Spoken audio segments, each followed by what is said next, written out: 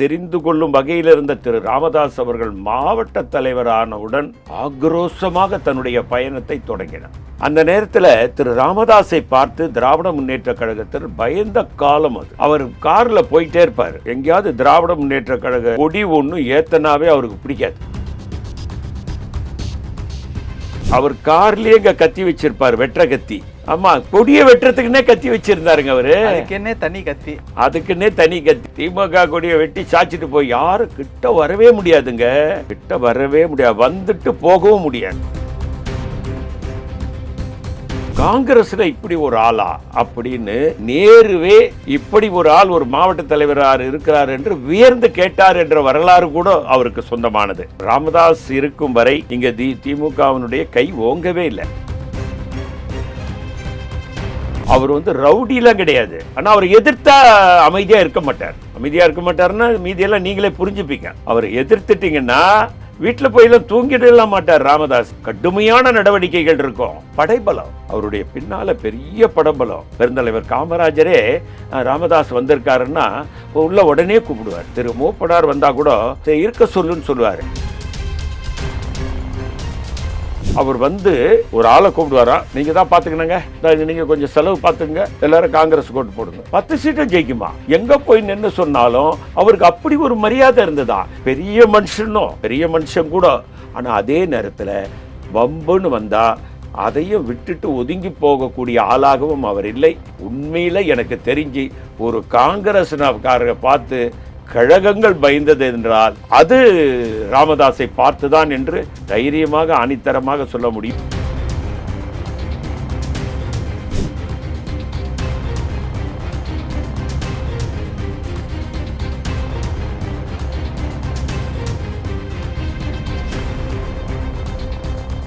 Real one உறவுகளே, நடுநிலையோடு பொறுப்புடன் செய்திகளை வழங்கி பல லட்சக்கணக்கான மக்களின் நம்பிக்கையை பெற்ற நமது சேனல் வளர்ச்சிக்கு உங்கள் ஆதரவு தேவை. இந்த ஊடக பயணம் தொடர்ந்து வலுப்பெற திரையில் தெரியும் QR கோட் ஸ்கேன் செய்தோ அல்லது டிஸ்கிரிப்ஷனில் உள்ள வங்கி விவரங்கள் மூலம் உங்களால் முடிந்த அளவு சப்போர்ட் செய்யுங்கள். உங்கள் ஒவ்வொரு ஆதரவும் நமது குரலை இன்னும் பல லட்சம் பேரிடம் கொண்டு செல்ல உதவும். ரியல் ஒன் நேயர்களுக்கு வணக்கம். இன்று நம்மளுடைய நேர்காணலுக்கு காங்கிரஸ் கட்சியை சேர்ந்த திரு பொன் கிருஷ்ணமூர்த்தி அவர்கள் நினைச்சிருக்காங்க. சார் வணக்கம். வணக்கம் சார்.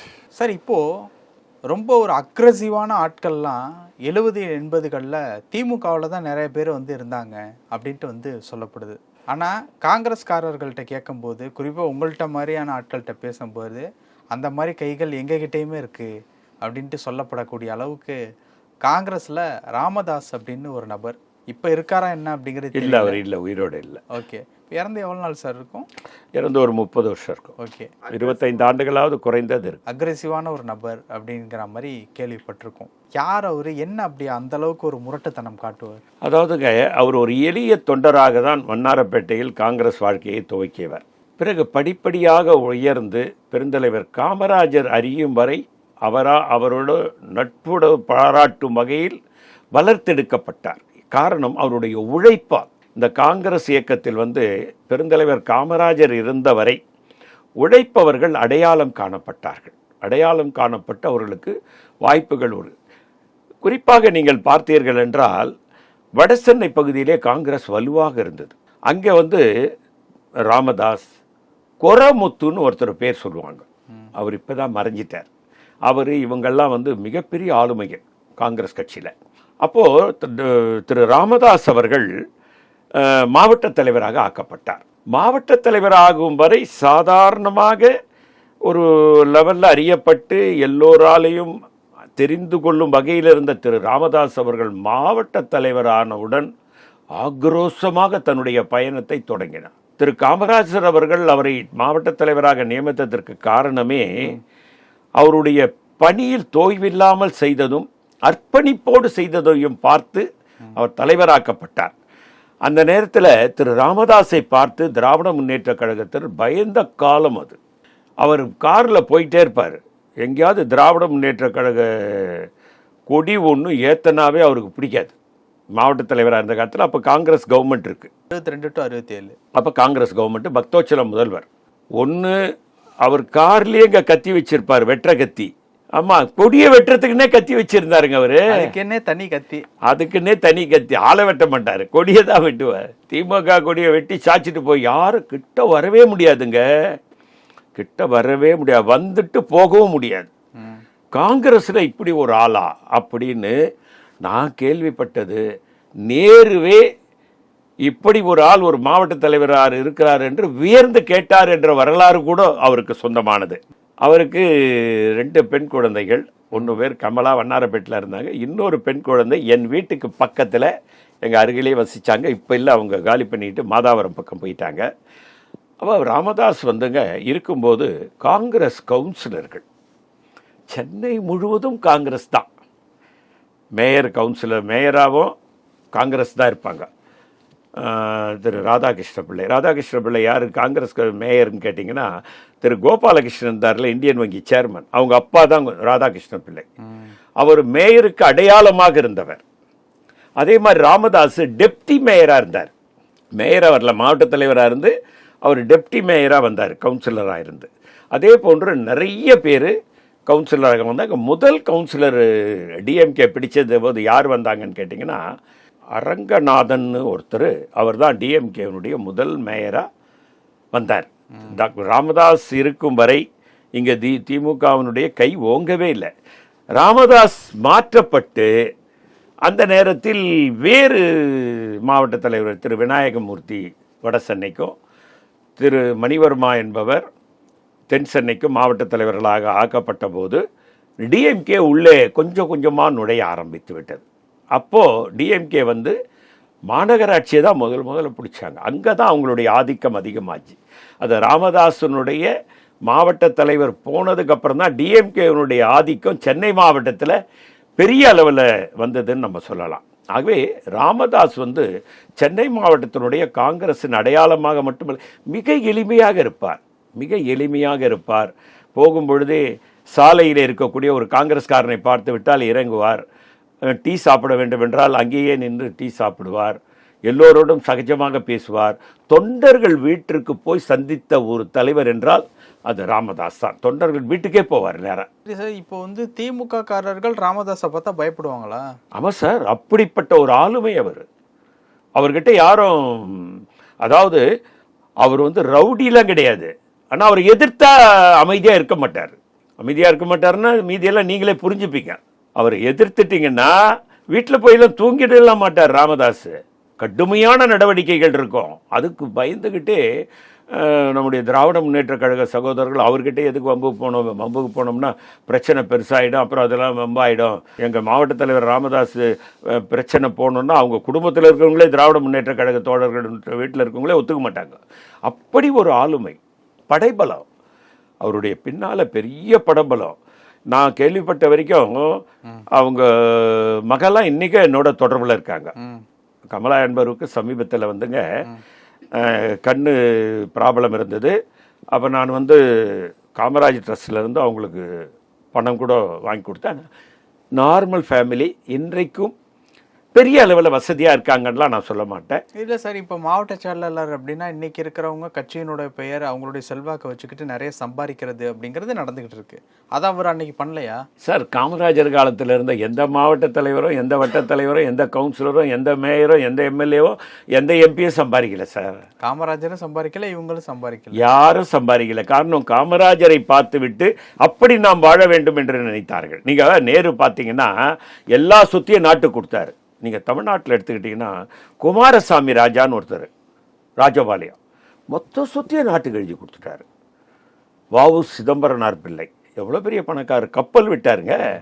அவர் என்னானார் கடைசியில் பெரம்பூரில் ஒரு ஆயில் மில்லு, சின்ன எண்ணெய் கடை வச்சு விற்று வறுமையிலேயே வாடி இறந்து போனவர் தான் வாவு. அப்படி காந்தியை அடையாளம் காட்டி, நேரு அடையாளம் காட்டி தன்னுடைய சொத்து சுகங்கள் எல்லாம் நாட்டுக்கு கொடுக்கணும்னு நினச்சவங்க. அப்படி தான் வாழ்ந்துட்டு போனாங்களே தவிர டாக்டர் ராமதாஸுக்கு வந்து எந்த விதமான ஒரு சொத்துமே கிடையாது. சொந்த வீடு கூட வண்ணாரப்பேட்டையில் இருந்தார தவிர அது வாடகை வீடு தான். இன்றைக்கும் எனக்கு தெரிந்து அவர்கள் 2 பெண் குழந்தைகளும் வாடகை வீட்டில் தான் இருக்காங்க. 2 பேரோடும் என் மீது, அவங்க 2 பெண் குழந்தைகளுக்கும் என் மீது அளவற்ற அன்பு கொண்டவர்கள். இன்றைக்கும் என்னோடு எங்கே பார்த்தாலும் அன்பாக பேசக்கூடியவர்கள், பழகக்கூடியவர்கள். ஆனால் அவர்கள் வசதியாக நிறைந்த வசதியோடு அவர்கள் வாழ்கிறார்கள் என்று நான் சொல்ல மாட்டேன். ராமதாஸ் என்ற ஒரு மனிதன் காங்கிரஸின் அடையாளம். பெருந்தலைவர் காமராஜரே ராமதாஸ் வந்திருக்காருன்னா உள்ள உடனே கூப்பிடுவார். திரு மூப்பனார் வந்தா கூட சரி இருக்க சொல்லுன்னு சொல்லுவார். அதனால எங்க ராமதாஸ் இருக்காரு, இப்ப எங்க ராமதாஸ்ன்னு சொல்லிக்கலாம், அதுல ஒன்றும் சந்தேகம் கிடையாது. எங்க ராமதாஸ் தான் அவர், காங்கிரஸ்காரன்னா எங்க ராமதாஸ் தான். அவர் எளிமையாக வாழ்ந்தார். உங்களுக்கும் அவருக்கும் உண்டான விஷயங்கள் எப்படி, நட்பு பழக்க வழக்கம்? சார், அவரோட எங்க ஃபாதர் ரொம்ப நெருக்கமா இருந்தார். அவர்கிட்ட எங்க ஃபாதர் மாவட்ட துணைத் தலைவராக இருந்தார். அப்ப நீங்க வயசுல ரொம்ப சின்ன வயசு. எனக்கு அவர் ஜிப்பாலாம் போட்டிருப்பாரு. ஏதோ அப்படியே ஒரு நிழலாடுற மாதிரி அவரை பார்த்த மாதிரி தாங்க எனக்கு ஞாபகம் இருக்கு. எனக்கு பெரிய அளவில் ஞாபகம் இல்லை. என் தந்தையார் அவரை பற்றி மிக பெருமையாக சொல்லுவார். அவங்க மகள் கூட 2 பேருமே என்கிட்ட அவங்க அப்பாவினுடைய பெருமைகளை அளவுக்கு அதிகமாக சொல்லியிருக்கிறார்கள். என் தந்தையார் அவரை பற்றி மிக விரிவாக சொல்லியிருக்கிறார்கள். காங்கிரஸ் தோழர்களை கேட்டிருக்கேன். திரு விநாயகமூர்த்தி அவர்கள், திரு மணிவர்மா அவர்கள் மிகப்பெரிய ஆளுமைகள். விநாயகமூர்த்தி, மணிவர்மாலாம் நீங்கள் நினைச்சே பார்க்க முடியாத காங்கிரஸ் ஆளுமையாக இருந்தவர்கள். மணிவர்மா, விநாயகமூர்த்திலாம் ராமதாசனுடைய கண்டுபிடிப்புன்னு கூட சொல்லலாம். ராமதாஸ் எப்படி பயணம் பண்ணாரோ அதே அளவில் தான் அவங்க பயணம் பண்ணாங்க. காங்கிரஸை எப்படி அடுத்த கட்டத்திற்கு சென்னையிலே ஒன்றுபட்ட சென்னை மாவட்டத்திற்கு தலைவராக இருந்தார். அவர் வட சென்னை, தென் சென்னை அப்படிலாம் இல்லை. ஆனால் அவருக்கு பின்னால் மாவட்டம் 2ஆக பிரிஞ்சு போச்சு. அப்போ விநாயகமூர்த்தி வட சென்னைக்கு தலைவர், மணிவர்மா தென் சென்னை தலைவராக இருந்தார். ஆகவே ராமதாஸ் என்பவர் காங்கிரஸ் கட்சியினுடைய சென்னை மாவட்டத்தினுடைய அடையாளமாக மட்டுமில்லை, காங்கிரசினுடைய கோட்டையாக வைத்திருந்தார். நீங்கள் ஒன்றும் வேணாங்க, எழும்பூர் தொகுதி இருக்குல்ல, அதில் 10 கவுன்சிலர்கள், அதை ஒன்று மட்டும் உதாரணம் சொல்கிறேன். அவர் நிற்கிறாருங்க, நின்றுட்டு ஒரு ஆளை கூப்பிடுவார். அந்த பகுதியில் எல்லாரும் காங்கிரஸ் கோட் போடுங்க அப்படி சொல்லிட்டு தான் போவாராம். அங்கே மதனகோபால்னு ஒரு கவுன்சிலர் இருந்தார். அவர் என்கிட்ட சொன்னது இது. 10 கவுன்சிலரும் காங்கிரஸ் கவுன்சிலருங்க. அவர் ஒரு ஆளை கூப்பிடுவாராம், நீங்கள் தான் பார்த்துக்கணுங்க, நீங்கள் கொஞ்சம் செலவு பார்த்துங்க, எல்லாரும் காங்கிரஸ் கோட் போடுங்க, 10 சீட்டும் ஜெயிக்குமா. எங்கே போய் நின்று சொன்னாலும் அவருக்கு அப்படி ஒரு மரியாதை இருந்ததா. பெரிய மனுஷன் கூட. ஆனால் அதே நேரத்தில் வம்புன்னு வந்தால் அதையும் விட்டுட்டு ஒதுங்கி போகக்கூடிய ஆளாகவும் அவர் இல்லை.